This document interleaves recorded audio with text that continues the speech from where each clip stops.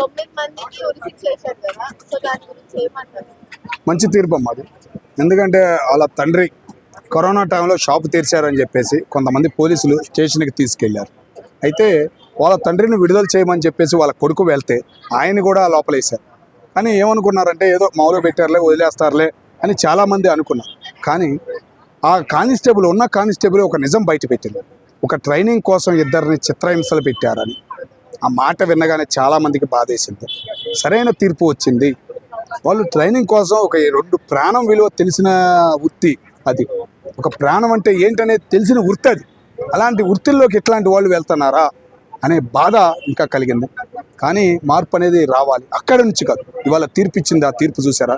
సరైనోడు రావాలి, ఆ వృత్తిలోకి సరైనోడు రావాలిరా నాయన.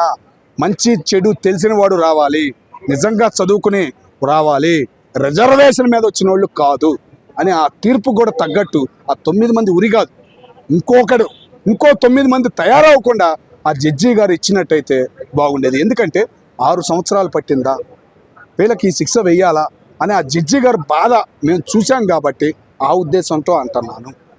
ఒక లేడీ కానిస్టేబుల్ అయినా ధైర్యంగా చెప్పిందంటే ఆమెను మెచ్చుకోవచ్చు అని అన్నారు. కరెక్ట్. అట్లాగే నష్టపరిహారం అనేది ఇప్పించారు, అదొక్కటి హ్యాపీ అనిపించింది. వాళ్ళ ఆస్తులు జప్తు చేసైనా కానీ ఆ నష్టపరిహారం ఆ కుటుంబానికి అందజేయమన్నాడు. చూసావా? ఆ ఒక్క విషయంలో జడ్జి గారు నచ్చారు.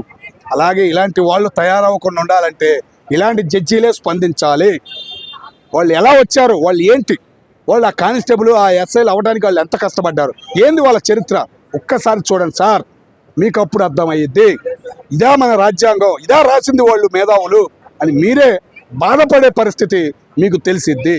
మార్పు అనేది అక్కడే రావాలి సార్.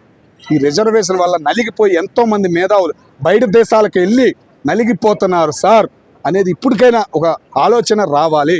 రూపాయి విలువ ఇంకా పడిపోతుందంటే ఇలాంటి వాళ్ళ వల్లే సార్ అనేది మీరు గ్రహించి దానికి తగ్గట్టు తీర్పు ఒక కానిస్టేబుల్కి రావాలంటే అది అర్హత ఏంటి 1కి 10 సార్లు ఆలోచించేలాగా మీరు ఇచ్చే తీర్పు ఉంటుందని నేను ఆశిస్తున్నాను.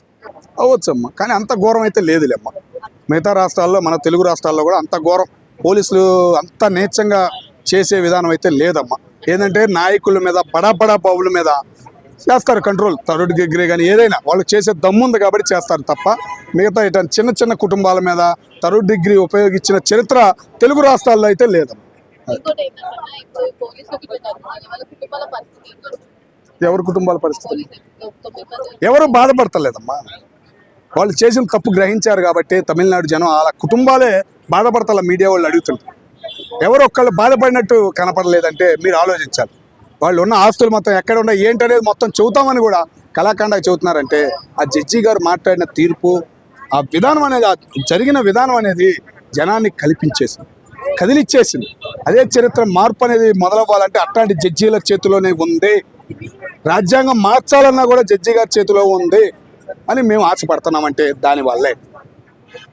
ఈరోజు సమాజంలో, దేశంలో ఒక తమిళనాడులో ఇలాంటి సంఘటన జరిగినాక లాక్డౌన్లో 6 ఏళ్ల తర్వాత ఒక తల్లిదండ్రులను చంపినాక 6 ఏళ్ల తర్వాత ఆ 9 మంది పోలీసులకు ఉరిశిక్ష పడిందంటే ఆ జడ్జి గారికి నమస్కారం చేసుకుంటున్నాను.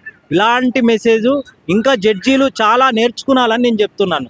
6 ఏళ్లలో దీన్ని పరిష్కారం చేసినందుకు, తప్పు చేసేపటికే కాదు ఈరోజు వీళ్ళని ఇంత శిక్షిస్తున్నారని, మరణ శిక్ష ఇచ్చినందుకు చాలా సంతోషపడుతున్నాను. ఇప్పుడు ఒక షాప్లో కావాలని టైం ఉంది, తీసుకో 1 గంట సేపు. కరోనా టైంలో ఎవరికైనా ఇబ్బంది ఉంది, షాప్ తెరిచారు కావాలని, తెరిస్తే దానికి కావాలని మీరు అంతగానం కొట్టి రక్తం రాగా ఒక మున్సిపల్ పారిశ్రామిక పనిచేసే అబ్బాయిని పిలిపించి రక్తం అంతా పోలీస్ స్టేషన్ అంతా తుడిపించి అక్కడ ఏమి కనబడకుండా పంపించడం జరిగింది. అలాంటి సంఘటనలు జరిగినందుకే కదా ఈరోజు 6 ఏళ్ళు టైం తీసుకొని కరెక్టా కాదా నిర్ధారించిన జడ్జి గారికి సల్యూట్ కొడుతున్నా. ఈరోజు దేశంలో ఇలాంటి వాళ్ళు గవర్నమెంట్ అధికారులకు ఉరిశిక్ష వేస్తున్నారంటే గ్రేట్ అని చెప్తున్నాను జడ్జి గారులకు. ఇలాంటి జడ్జీలు ఇంకా రావాలే, ముందుకొచ్చి ఇలాంటి మంచి పని చేయాలని నేను అనుకుంటున్నాను. ఎవరు ఆస్తులు ఎవరికి ఇయ్యరమ్మో, వాళ్ళకి ఫ్యామిలీ ఉంటుంది, ఆస్తులు ఎవరికి ఇయ్యరు, ప్రభుత్వమే. ఇప్పుడు తమిళనాడు ఉంది కదా, తమిళనాడు ప్రభుత్వం వాళ్ళకు సహకరించాలా. ఇప్పుడు ముఖ్యమంత్రిగా ఎవరున్నారో ఆ టైంలో 6 ఏళ్ల కిందట వాళ్ళు ఇప్పుడున్న అధికారులు ఎవరైతే ఉన్నారో దాన్ని కరెక్ట్ చూసుకొని ఇప్పుడు వాళ్ళకి ఏం కావాలి, ఇప్పుడు తల్లిదండ్రులు చనిపోయారు, వాళ్ళ ఇంట్లో ఎట్లా బతుకుతున్నారు ఏం కథ అని ప్రతి నెల పింఛన్ టైప్లో ఓ 20,000 30,000 ఇచ్చి వాళ్ళని ఆదుకోవాలని నేను అనుకుంటున్నాను సచ్చిందాకా. నేనేమంటున్నా, ఇలాంటి జడ్జీలు అన్ని రాష్ట్రాల్లో రావాలి అని నేను అంటున్నా. నేను ఆ జడ్జికి సల్యూట్ కొడుతున్నాను. ఇలాంటి సందేశం దేశ ప్రజలకి ఎవరైనా శిక్ష అర్హులే అని చూపించిన జడ్జి గారికి నమస్తే పెడుతున్నాను. ఇలాంటి శిక్షలు ఇంకా రావాలి, ప్రజలకు అవగాహన అనేది రావాలి, తప్పు అనేది చేస్తున్నామని రావాలి. అధికారులు ఇలాంటి తప్పు చెయ్యొద్దు, ఉలిక్కి పడాలి. అధికారులు తప్పు చేయాలంటే అలాంటి అధికారము, అలాంటి రాజ్యాంగము రావాలి, అలాంటి కఠినమైన శిక్షలు ఉండాలని. ఇప్పటి నుంచి ఇన్ని సంవత్సరాలకు ఈరోజు ఇలాంటి శిక్ష చూడడం నేను సెల్యూట్ కొడుతున్నాను ఆ రాష్ట్రం. నేనేమంటున్నా అంటే, ఆల్రెడీ నేను చెప్పానమ్మా దీని గురించి. నేనేమంటున్నా అంటే, ఇలాంటి సంఘటనలు ఇప్పుడు జరిగినాయి కదా తమిళనాడులో, మన రాష్ట్రంలోవి రోజుకోటి జరుగుతున్నాయి. ఇలా నేనేమంటా, అలాంటి శిక్షలు పడాలి. ఆ ఇంటి అందరి మందికి పడితేనే వేరేలు ఆ అమ్మాయి దగ్గరికి కానీ, చేసుకున్న అమ్మాయి కానీ తల్లిదండ్రులు ఎంత శోభపడతారు. తల్లిదండ్రులకు 20 ఏళ్ళు 25 ఏళ్ళు పెంచి ఆ బాధ తట్టుకోలేక ఏమనాలి, ఏం చేయాలో ఆలోచనలో, ఏం తినాలనో అర్థం కాని పరిస్థితిలో ఉన్నారు. 20-25 ఏళ్ళు పిల్లని పెంచి కంటి ముందు కనబడకపోతే ఇలాంటి సంఘటన జరిగిన మనిషిని నేనేమంటున్నా అంటే, కఠినంగా శిక్ష చేస్తారు అని ఈ ప్రభుత్వం అని నేను అనుకుంటున్నాను.